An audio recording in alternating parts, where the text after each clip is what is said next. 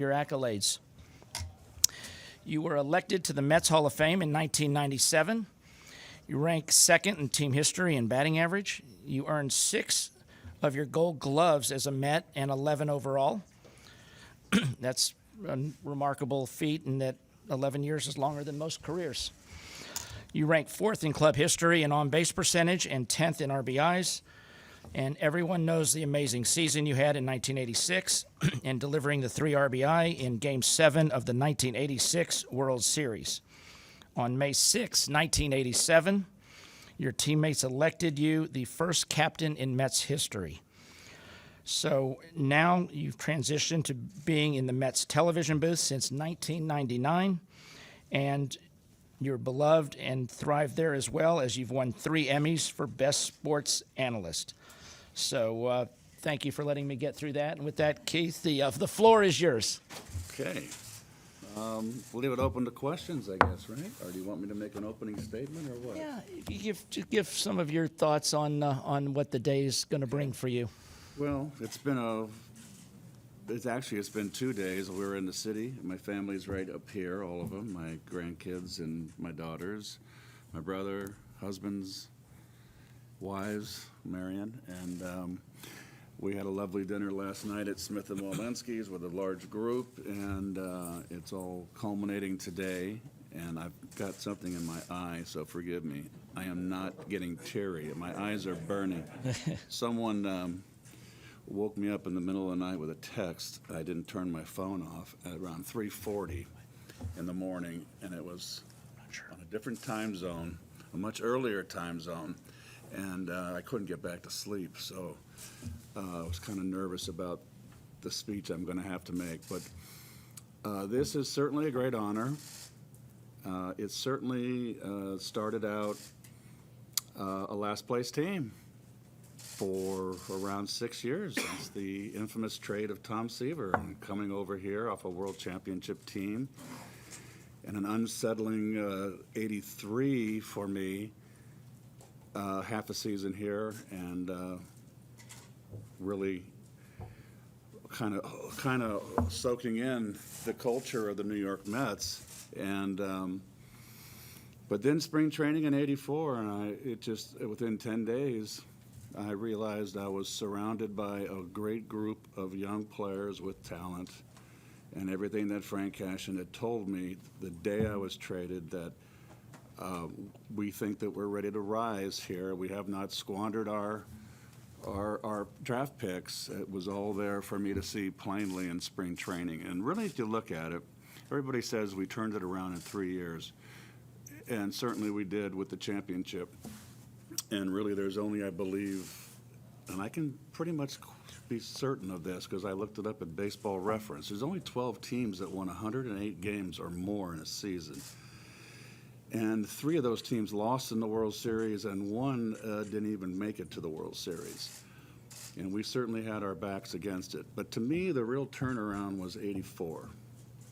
And we won 90 games, and everybody picked us for last.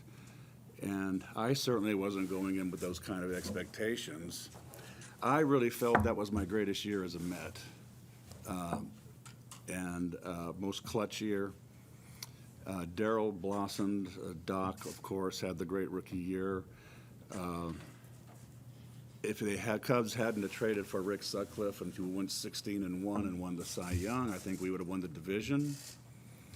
But that year was so much fun, and we fell short to a veteran team. And then the next year we win 98 games or 97 and go home.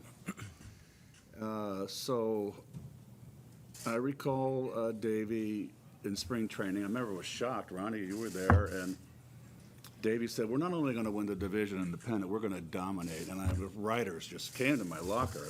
Davey just said this, and I went, "Holy cow!" And he was right. We did, and it was probably one of the most fun years of my life. When you win 108 games, that's a lot of fun coming to the ballpark. And but for this particular honor, I mean, I've always loved my teammates, and I've been particularly taken by a lot of the articles written and what they've been saying about me.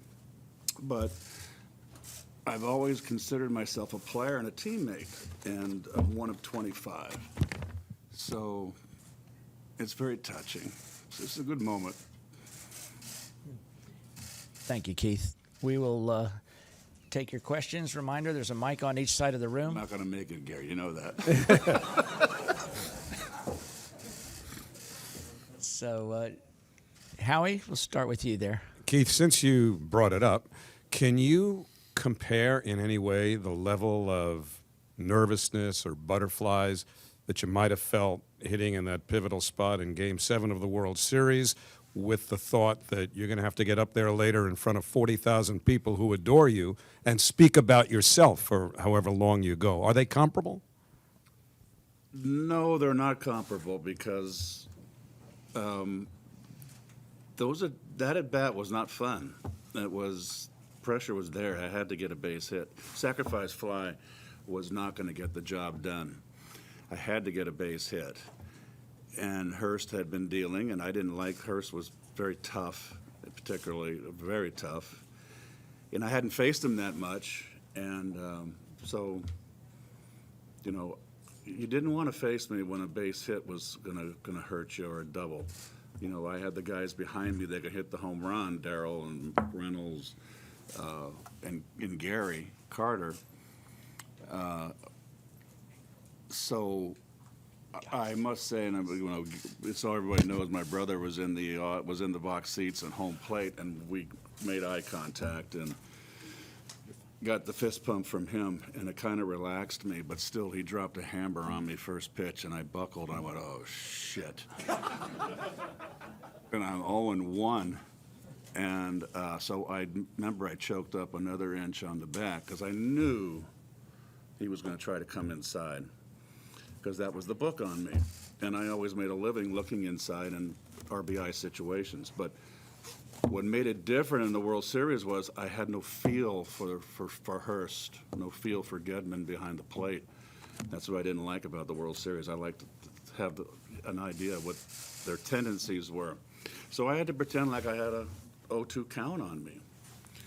So that was, and I know in the World Series in '82, I had the same situation. I had to get a base hit in that World Series in Game 7. So those two at-bats, even though I succeeded, were not fun. Were not fun.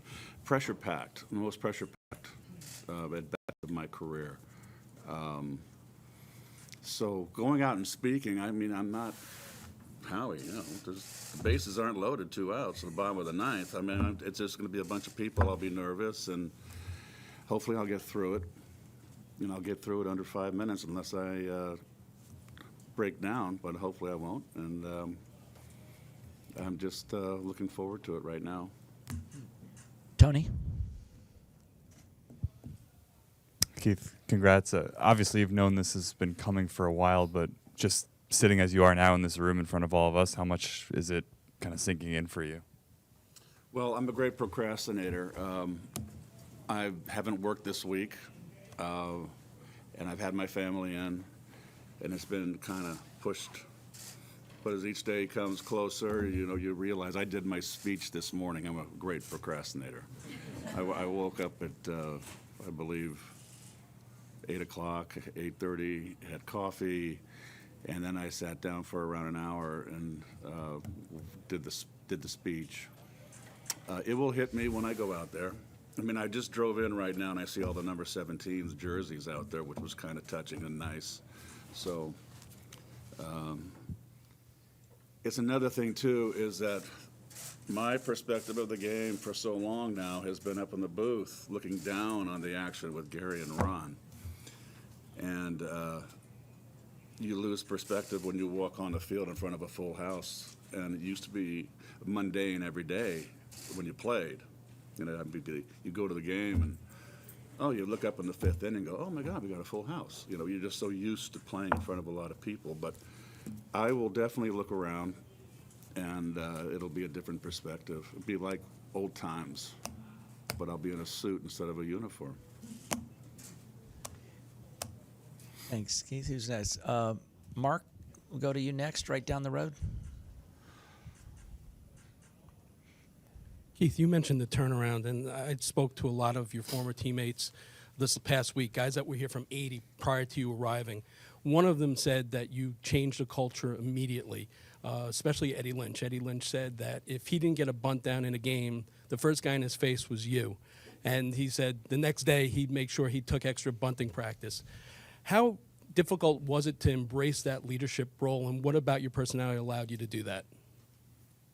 Well, Frank Cashin wanted me to take over the role with the media. That's why the media was hanging around my locker all the time, and I think that Frank probably directed them there because it was a young team, and I said I had no problem with that.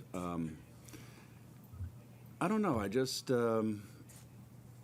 when I got traded from a team that was in first place, and we'd won the championship the year before, and it was a winning culture that when I came here, I noticed that there wasn't a whole lot of unity on the team, and the team had to get together and talk baseball after the game, and that's what my first goal was. We opened up the road trip that year in '84. We had 2 games in Cincinnati, 3 in Houston, 3 in Atlanta, and then we went to Chicago to play 3. And we opened up with a big pick to finish last, and that was really unfortunate scheduling if you looked at it when the season started. And we had a 6-3 road trip. So, but that's when I started saying, hey, let's go meet after the game. Let's have a beer in the hotel bar, and let's talk about hitting. And everybody started having fun, and that's how you learn. And it gradually changed. And, we were a team that was lacking. We got Carter in '85. That was the final piece. And I felt that when we got Carter, I remember when we got him in the off season, I said, now we got a chance. We got a really good chance to have a dominant team. And it certainly turned out that way. But we were young, and they played great, and I don't know, I'm just kind of a fiery player, and I remember getting in Ed's face when he didn't do that bunt, but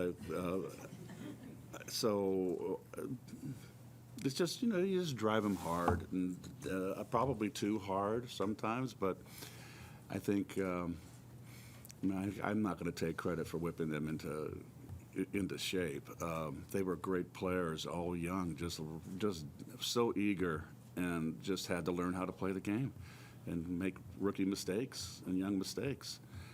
And I was thrust into that role because I was 30 years old. I was like 8 or 9 years in the league.